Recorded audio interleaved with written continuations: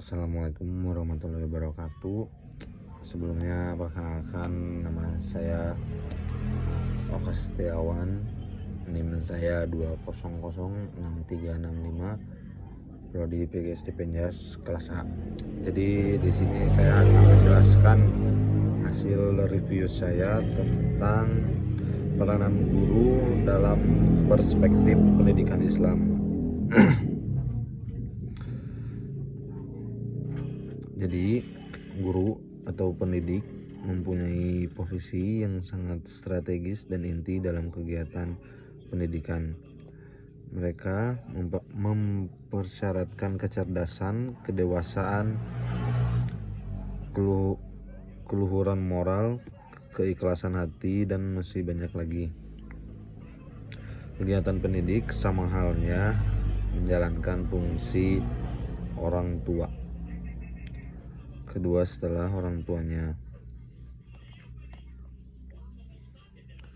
Jadi di sini saya mereview yang pertama ada metodenya. Metodenya jenis penelitian ini adalah penelitian kepustakaan yang terdiri dari dua jenis data, yaitu primer dan sekunder. Dan temuan data dan diskusi ada yang pertama pengertian dan tugas guru.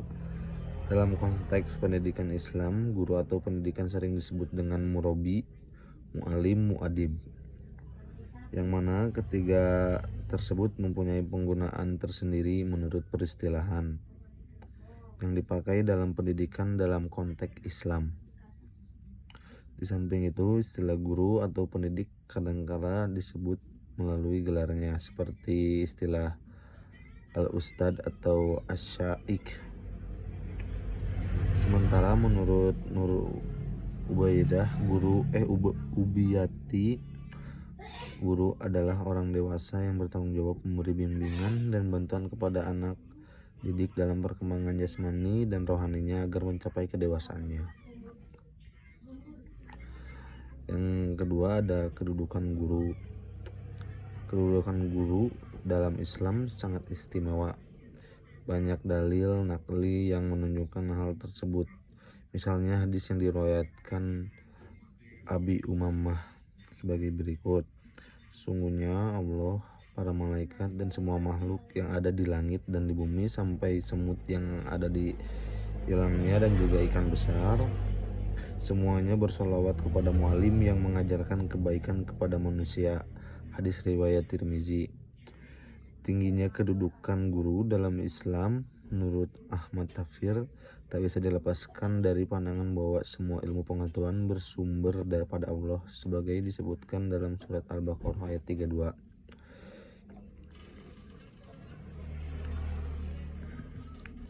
Yang artinya dia menyatakan bahwa mu'alim yang akan mendapatkan karunia sebagaimana disebut hadis di atas adalah orang yang alim. Dan mu'alim artinya harus orang yang pandai dalam ilmu agama, mampu mengamalkan ilmunya, dan mampu mengajarkan kepada orang lain. Yang ketiga ada kompetensi guru. Jadi di sini ada beberapa kompetensi guru. Menjadi guru yang profesional tidak mudah karena dibutuhkan persyaratan yang harus dimiliki oleh guru. Jadi diantaranya ada 3. Yang pertama, mengetahui hal-hal yang perlu diajarkan, sehingga ia harus belajar dan mencari informasi tentang materi yang diajarkan. Kedua, menguasai keseluruhan bahan materi yang akan disampaikan pada anak didiknya. Yang ketiga, mempunyai kemampuan menganalisis materi yang diajarkan dan menghubungkan dengan konteks komponen-komponen secara keseluruhan melalui pola yang diberikan Islam tentang bagaimana cara berpikir atau way of thinking, dan cara hidup yang perlu dikembangkan melalui proses edukasi.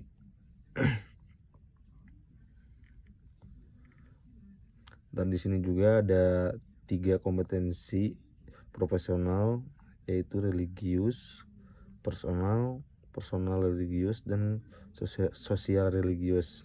Jadi Yang pertama yaitu kompetensi profesional religius, yaitu kemampuan untuk menjalankan tugas keguruan secara profesional, dalam arti mampu menjalankan tugasnya dengan sebaik-baiknya.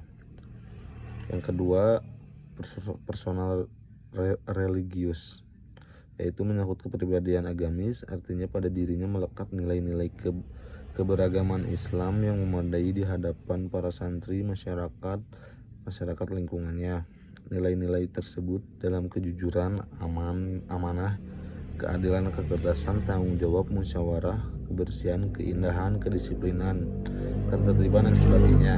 Yang terakhir ada sosial religius, adalah kemampuan yang menyangkut kepedulian guru terhadap masalah-masalah sosial, yaitu berkenan dengan hidup dan kehidupan masyarakat sesuai dengan tuntunan ajaran Islam. Perilaku seperti gotong royong, tolong menolong dalam menyelesaikan masalah kehidupan, masalah pelajaran, kepentingan masyarakat, dan lain-lain. Lalu ada tantangan menjadi guru, yaitu tantangan khususnya guru sangat berat, melebihi tantangan guru. Jadi guru-guru, salah satunya guru agama Islam itu tantangannya sangat berat dibanding pengajar materi umum lainnya, guru-guru lainnya. Tantangan yang dimaksud dapat dikelompokkan ke dalam tiga aspek. Pertama, aspek materi agama. Dari aspek itu, tantangan yang dihadapi guru agama adalah materi agama Islam banyak menyentuh aspek-aspek metafisika, irasional, bahkan suprarasional, sehingga menyulitkan guru untuk menjelaskan secara detail agar peserta didik dan yakin sebagai materi agama tabu untuk menjadi dijelaskan pada anak usia tertentu. Yang kedua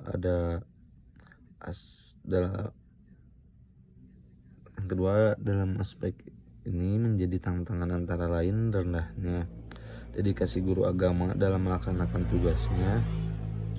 Dalam kenyataan masih banyak guru agama melaksanakan tugasnya tidak sepenuh hati. Jadi kayak hanya sekedar mengajar, yang jadi kepada anak juga tidak maksimal. Terus kecenderungan guru agama lebih menekankan aspek kognitif dalam menyampaikan materi agama, padahal sebagaimana dijelaskan, pendidikan agama lebih mengutamakan aspek afektif psikomotorik dibanding hanya sekadar pintar ilmu agama. Rendahnya kemampuan guru agama dalam menguasai materi agama dan strategi penyampaian materi kepada peserta didik.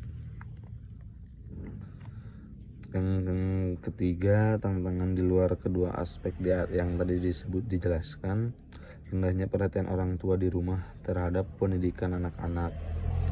Ada kesan jika anak telah berada di sekolah atau madrasah, tanggung jawab orang tua telah selesai, semuanya diserahkan ke lembaga atau guru.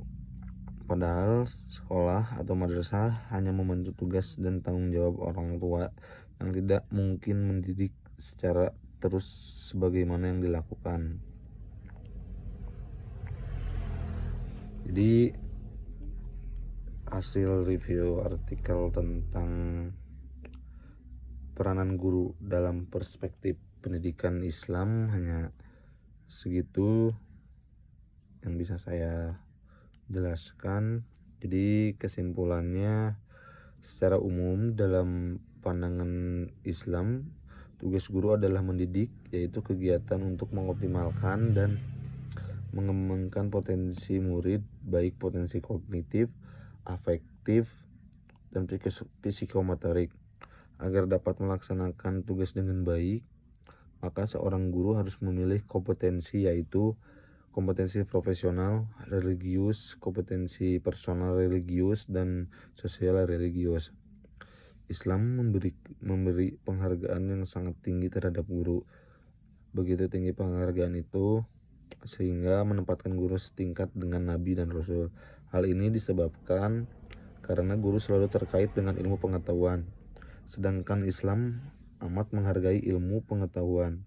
Dalam perspektif pendidikan Islam secara umum, untuk menjadi guru yang baik dan diperkirakan dapat memenuhi tanggung jawab yang dibebankan kepadanya beberapa syarat, yaitu hendaknya bertakwa kepada Allah, berilmu, sehat jasmani dan akhlaknya.